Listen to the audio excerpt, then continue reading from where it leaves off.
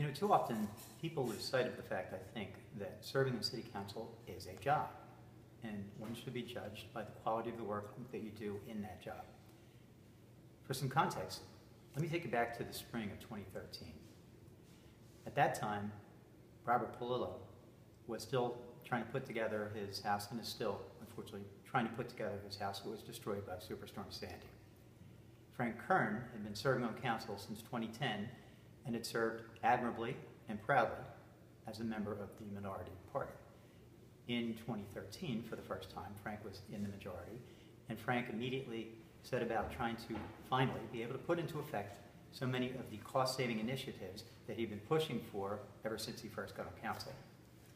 Lisa McClay was on council for the first time, barely a couple of months into her first term, and she was an enthusiastic student and a tireless worker on council.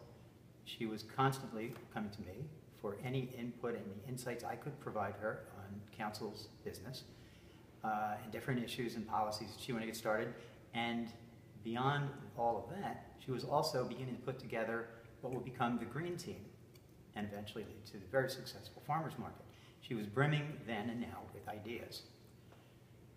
Meanwhile, FinCERA was circulating a petition to change our form of government. Andy Simpson, barely a couple of months on the job, having just spent months and months campaigning for a position in Brigantine's council manager form of government, enthusiastically signed on to the petition and lobbied for the petition to change our form of government.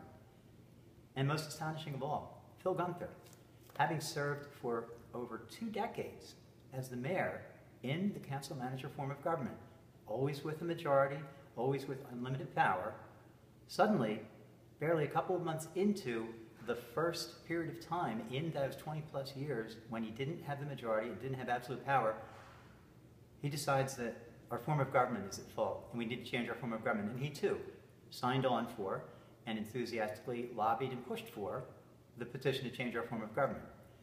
Now that petition ultimately failed, and I'll talk about that in a future segment. But it's very telling, isn't it, that within mere months of having lost control, nothing was more important to Phil Gunther and Andy Simpson than getting back control, even if it meant flushing our entire form of government down the toilet. Their need for power superseded everything else, and it's just wrong.